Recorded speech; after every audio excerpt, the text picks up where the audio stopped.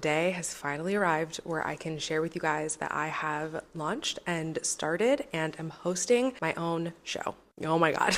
My new show is called Irregardless, and it is a conversation series where I sit down with incredible Latina talent to talk to them about their life. There are a multitude of reasons why I wanted to start the show, but the one that has been top of my list was to show the breadth and beauty of Latinidad and just celebrate Latino greatness. I really think that now more than ever, not only do our communities, but also just the community at large need to hear the incredible, beautiful, joy-filled stories of Latinidad.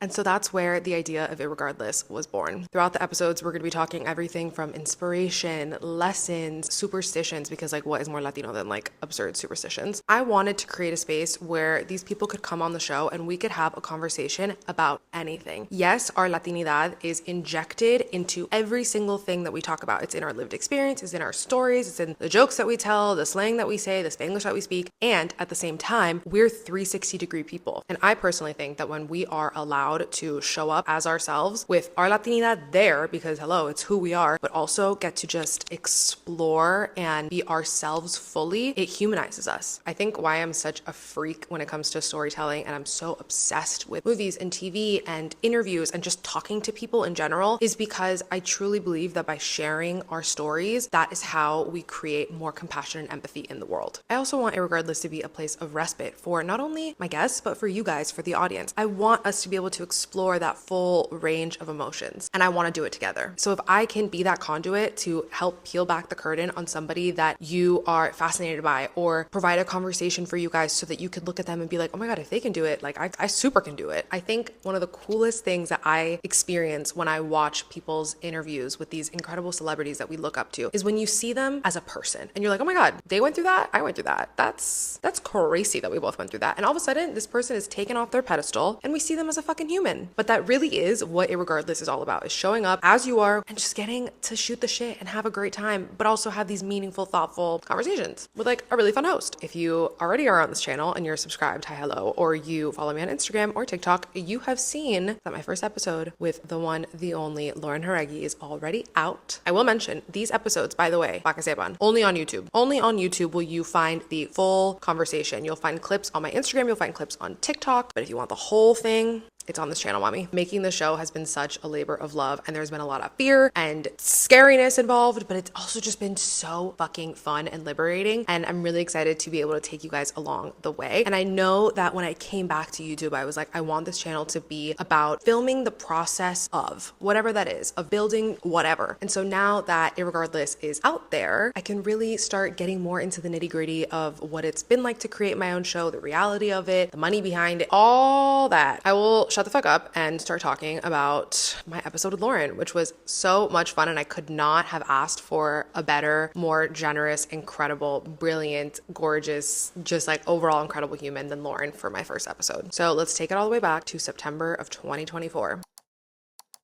I have been trying to find an outfit for the show for like a month. And of course, I always end up leaving things till last minute. This was not something I wanted to leave till last minute. So I've had these shoes for literally ever. These are my Tony Bianco little heels. I just feel like a really good pointed silver shoe. I found this denim set and I'm really into. This is from 1x2. This is super cute.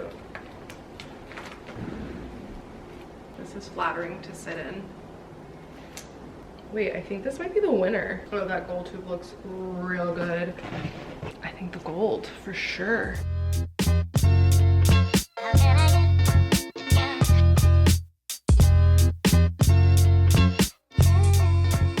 It was a no-brainer who I was going to call to help me do this. And that was none other than my incredible friend, Max. She owns, alongside with her business partner, Jordan, an incredible production company called Equal Parts. I got connected with Max years and years and years ago, and it's a really fun, cute little work kismet story. She's been one of those people for me over the last few years of just incredible inspiration, and I just trust her wholeheartedly. And because, hello, 1 + 1 = 2, I automatically trust Jordan because I've worked with Jordan too, and he's fantastic. I can't even begin to tell you how good of a team these two are.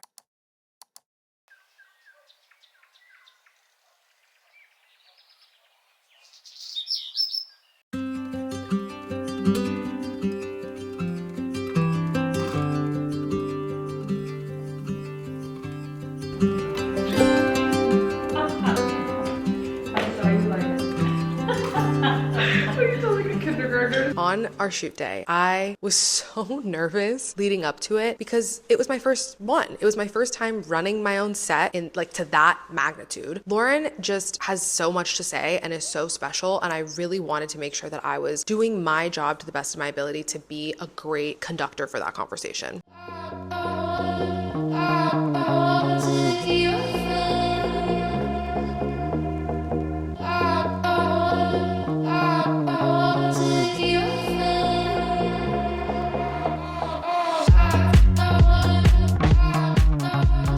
I just remember coming home from that day of shooting and getting in the shower, and then I like sit down for a second, and when I sat down, the exhaustion set in, and even in that exhaustion, I was like, I could do this every fucking day.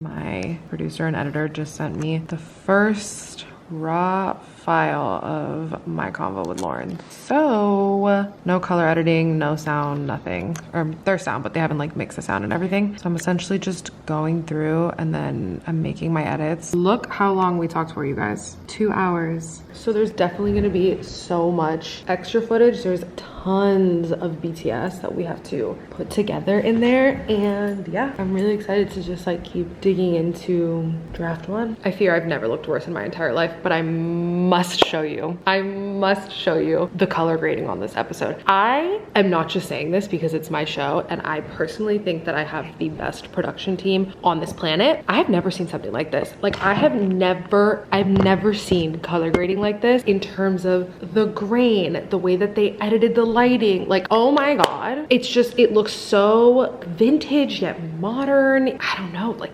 it just looks like a fucking movie. Like I can't, let me just shut the fuck up and show you what I'm talking about. Are you kidding? Gonna have like all these kind of crazy ego deaths. How I thought life was gonna play out. And then you have to remember like the redirection is protection. I can't even, whoa.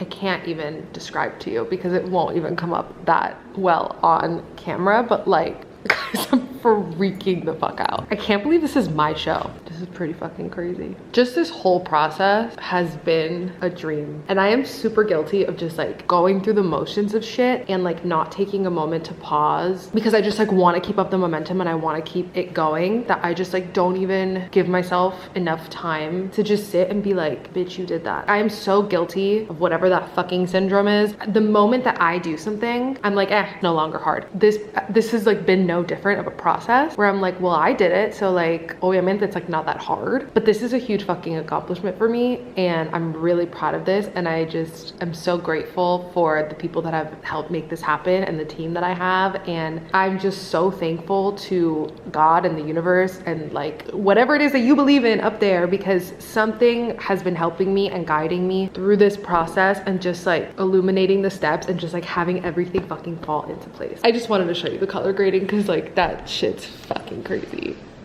It's gonna be so good. Sprinted over to the computer. If you must know, I was sitting on the toilet doom scrolling when I got a text from my producer. I did something where I hired a Latino Puerto Rican producer to make me some original music for the show. I have not heard a fucking thing yet. All I gave them was a couple of references and a little bit of a prayer. Hi G, please find the intro with music here, a couple of notes. I have a few mixed notes on the music, but overall, like the vibe, I hope you guys know.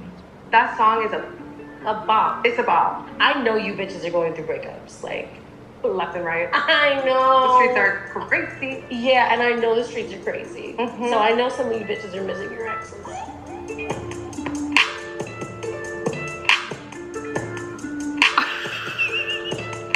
Hey everyone, welcome to Irregardless. I'm your host, Gabriela Ulloa. I'm gonna start crying.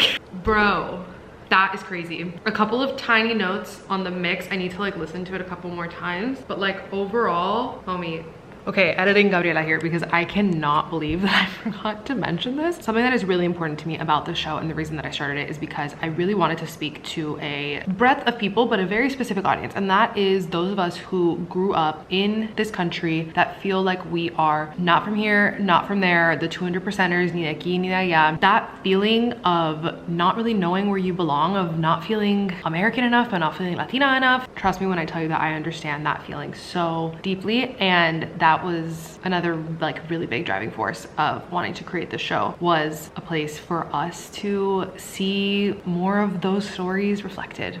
Okay, to not editing Gabby. Because even the beginning of it is like a little, like, I feel like it's from like the 1700s in New England. And I'm like, I don't know if that's the vibe.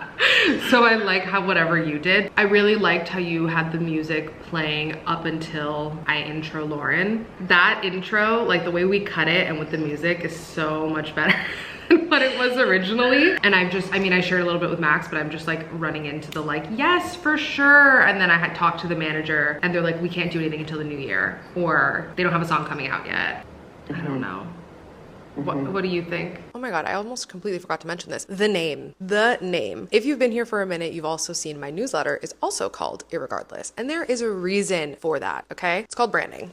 Let me actually tell you why it's called Irregardless. I grew up in Miami. If you don't know, how dare you? No, I'm kidding. But like, now you know. I shit you not. I thought irregardless was a word until I was like 18 years old. It's just like part of our vocabulary, okay? And it's also in the dictionary. So this is really just a you guys problem if you think that it's not a word. And so when I was searching for a name for my newsletter, I was really trying to find something that encapsulated the essence of Miami and me, and also just being able to push past whatever barriers and boundaries and stereotypes. And I was like, oh my God, irregardless, duh. Also, mind dumb. I think irregardless and I'm like, mind dumb. I don't know why those two like connect for me, but they just go with it. They just do. So when I decided to launch my newsletter, I already kind of had the idea of the show in my brain. I was just a little too scared to do it, and it just wasn't the right time. But I knew that I wanted a name that could be kind of across the board for me. But I was just like, let's just make this the umbrella name for everything. And it just felt right. So hi, hello. That's why it's called Irregardless. I can't even begin to describe how grateful I am for the people that I've gotten to sit down with, the people that are watching the show, the people that are trusting me to create the show alongside them. Like, my gratitude is through the fucking roof. This has been a dream of mine for as long as I can remember. Connecting with people and forming community through conversations, like, me muero. That is truly my favorite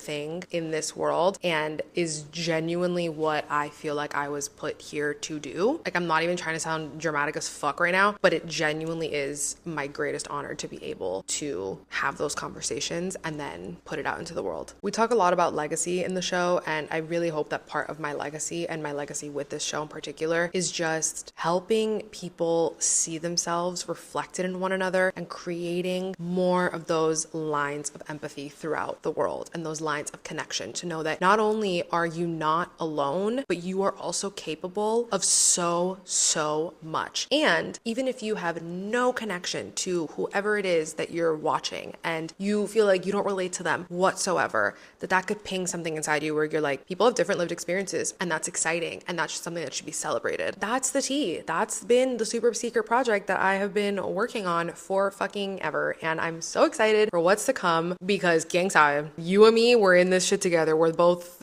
wondering what's gonna happen. If you made it this far, thank you so much for watching. If you haven't watched my conversation with Lauren, please consider doing so. Share it if you think it's interesting. Send it to your friends, send it to your mom, send it to your coworker, whatever. If you want to hear more, make sure that you're following me on Instagram, because that is where I honestly post the most. It's also where I'm going to be posting so many of my clips of my conversations, as well also on TikTok, or as long as we have her. So anyway, I hope you stick around. Ciao.